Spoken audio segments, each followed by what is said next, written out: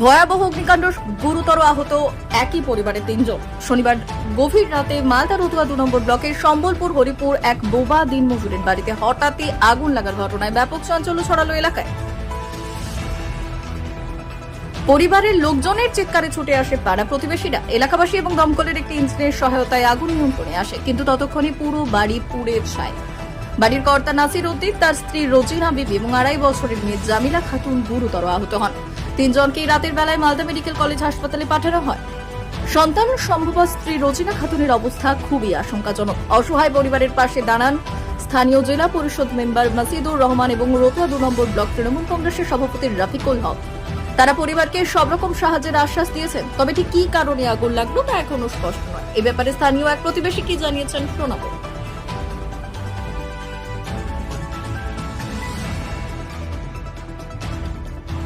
আমরা প্রায় 10:30 থেকে 11টার মধ্যে মানে হঠাৎ একটা আওয়াজ যে আগুন লেগেছে।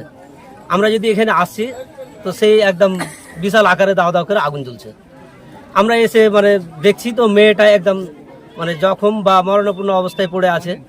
ওকে আমরা জিজ্ঞেস করলাম যে কি হলো, কেন হলো, কিসের জন্য হলো। সে বলছে যে এটা আমার ওই যে বাচ্চাটা আছে 2-2.5 বছরের বাচ্চা, তাকে দুধ খাওয়ানোর জন্য আমি গ্যাসটা ধরাতে গিয়ে মানে দুধ গরম করছিলাম খাওয়াবো বলে, ওইখানে গ্যাসে আগুনটা ফায়ারিং হয়ে কিন্তু আগুন লেগে যায় বা ওই গ্যাস সিলিন্ডারটা বাস্ট হওয়ার কারণে আমরা ওখান থেকে বেরো হতে পারিনি। এই কথাটা বললো মেয়েটা। ও তার যে বোবা, যার বাড়ি মোহাম্মদ নাসির উদ্দিন হক বা তার স্ত্রী বা তার বাচ্চাটা ওই ঘরেই তখন কিন্তু মানে কপাট লাগিয়ে সেই কাজগুলো কিন্তু করছিল গ্যাস দিয়ে। যাই আগুন লাগার পরে তারা মানে খুব মানে কি সিস্টেম হয়েছে নাকি বলে আর দরজা কিন্তু খুলতে পারছিল না, যা মেয়েটার বক্তব্য। কোনো রকমে মানে পুড়ে টুড়ে গেছে তার অবস্থা, তো সে কিন্তু ছিনমিন করে দরজা খুলে কিন্তু কোনো রকম বেরিয়ে এসছে। এবার আসার পরে আমরা যখন জানতে পারলাম যে কন্ডিশন, ওকে তো এইভাবে জিজ্ঞেস করলাম, সে বললো। তাকে আমরা যতদূর পারলাম তাকে আগে প্রথম এদিকে সব মার্শাল চালিয়ে যে বাড়িতে যে সব জল খাবার জন্য যে সাবমার্শালগুলো হয়েছে, সাবমার্শালগুলো পাইপ মানে ফিটিং করে কানেকশন করে সব সাবমার্শাল দিয়ে মানে আমরা জলগুলো দিয়ে মানে আগুনটা নিভানো বা বসানোর চেষ্টা করলাম। আর তারপরে মানে ওই বোবা যে নাসির উদ্দিন, সে নাসির উদ্দিনকে ও তার স্ত্রীকে ও তার বাচ্চাকে 3টা অ্যাম্বুলেন্স ডেকে অতি তাড়াতাড়ি পাঠালাম যে এর আগে ইমার্জেন্সি মানে চিকিৎসাটা হোক। তারা মালদা মেডিকেল কলেজে তারা ভর্তি আছে রাত থেকে। এখনও তারা সে মরণাপন্ন অবস্থাতে পড়েই আছে। এখনও কি হয় না হয় সে আল্লাহ ভালো জানে, আল্লাহ তারাকে ভালো রাখুক। তাদের যা অবস্থা অর্থহাল। আগুন কিভাবে নিয়ন্ত্রণ হলো? আগুনটা নিয়ন্ত্রণ হলো সাবমার্শাল দিয়ে হলো। তারপরে প্রায় 30 মিনিটের ভিতরে কিন্তু চাঁচল থেকে আসলো আগুন থামানো যে গাড়িটা মানে ফায়ারিং গাড়ি, সেই গাড়িটা আসলো। সেই গাড়ি দিয়ে কিন্তু আগুনটা মানে নিয়ন্ত্রণ হলো। ক্ষয়ক্ষতি কিরকম আছে? ক্ষয়ক্ষতি তার তো সে তো একটা মরণাপন্ন অবস্থাতে পড়েই আছে। কি আর বলবো যে ইয়েগুলো গরুগুলো পুষছিল বা ছাগল পুষছিল, গরুগুলো পুড়ে গেছে। তারপরে ওই ছাগলগুলো পুড়ে গেছে। আর 2টো খাসি, সেই এরকম উঁচু খাসি প্রায় 15 থেকে 20 হাজার টাকা করে দাম লাগতো, সেই খাসিগুলো মরে পুড়ে পড়ে আছে এখন বর্তমানে এরকম অবস্থায় পড়ে আছে। যেমন অর্থের ব্যাপারটা, গত শুক্রবার মানে ওই বোবা নাসির উদ্দিন তার স্ত্রীর মানে যে জমি ওয়ারিশ সূত্রে পেয়েছিল, সেই জমি বেচানোর টাকা প্রায় 1.3 লাখ টাকা বাড়িতে রেখেছিল সেই বাক্সের ভিতরে। আমাদের প্রায় পাবলিকগুলো জানে মানে এখানকার সে টাকা সেই বাক্সেই ছিল। সে কিন্তু সেই কিছু মানে টাকা থেকে নিয়ে খাটলা কাপড় ধরি যত ছিল, এমনকি গোসল করার যে একটা লোটা ছিল সেই লোটা পর্যন্ত কিছু বের করতে পারেনি। সাইকেলগুলো পুড়ে সেই ঋণগুলো লাল অবস্থায় মোর্চা পড়ে আছে। এই এতগুলো ক্ষতি। কাপড় সেলাই করার মেশিন ছিল, সে কর্ম করে খেত, সে মেশিনটাও পুড়ে গেছে। আর মানে যতগুলো বাড়িতে যে ছিল ইলেকট্রিক ফ্যান থেকে নিয়ে মানে যাবতীয় মানুষ যে বসবাস করে সব কিছু তার তো হাসমাস হয়ে গেছে।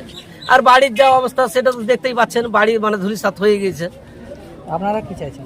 আমরা চাইছি সে লোকটা এখন কিন্তু মরণাপন্ন অবস্থায় পড়ে আছে। প্রথম আগের লোকটার মানে যে ফ্যামিলি 3 জন যে পড়ে আছে মালদা মেডিকেল কলেজে, আমরা সেই মালদা মেডিকেল কলেজে তার সেবা নিয়ে যেন জীবনটা বাঁচে।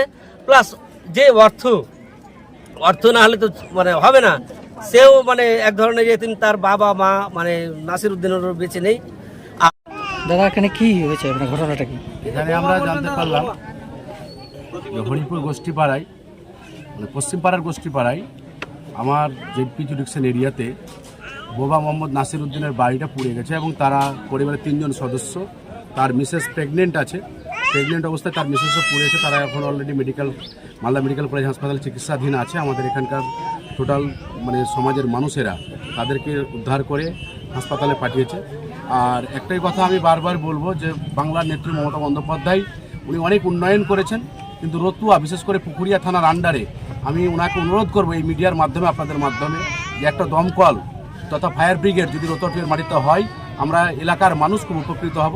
এবং আমি যা দেখেছি বা যতটুকু জানতে পারলাম এলাকায় এসে, যে না এখানে অনেক ইনার কিছু নেই, ইনি খুব গরিব মানুষ এবং এলাকায় দিনমজুর হিসাবে কাজ করতো, জমি জায়গা কিছু নেই, বাড়ি ঘর কিছুই নেই, 2টো রুম টোটাল পুরে ছাই হয়ে গেছে এবং মানে পশু এবং খাবারের জিনিস এবং মানে পড়ার জিনিস কিছুই নেই, আসবাবপত্র কিছুই নেই। প্রশাসনের তরফ থেকে কীরকম সাহায্য? প্রশাসনের তরফ থেকে আমরা এখন পর্যন্ত বিডিও সাহেব আমাদের সাথে যোগাযোগ করেছেন। বিডিও সাহেব উনি বলেছেন যে আমরা কিছুক্ষণের মধ্যে ঢুকবো এবং আমাদের যিনি পুলিশ প্রশাসনের দিকটা আছে তিনারা রাত্রে থেকে ভালোভাবে সাহায্য করে যাচ্ছেন একের পর এক। এবং আমরাও যতটুকু পারি, আমি এইটুকু বলবো যে আমার জেডপি জুডিকশন এরিয়াতে আমি আমার সাধ্যমতো চেষ্টা করব সহযোগিতা করার এবং একদম আপ টু ডেট আজকে থেকে নিয়ে আমি চেষ্টা করবো এই পরিবারটার প্রতি নজর রাখার। আপনার নাম? মোহাম্মদ মাসুদুর রহমান, সদস্য মালদা জেলা পরিষদ।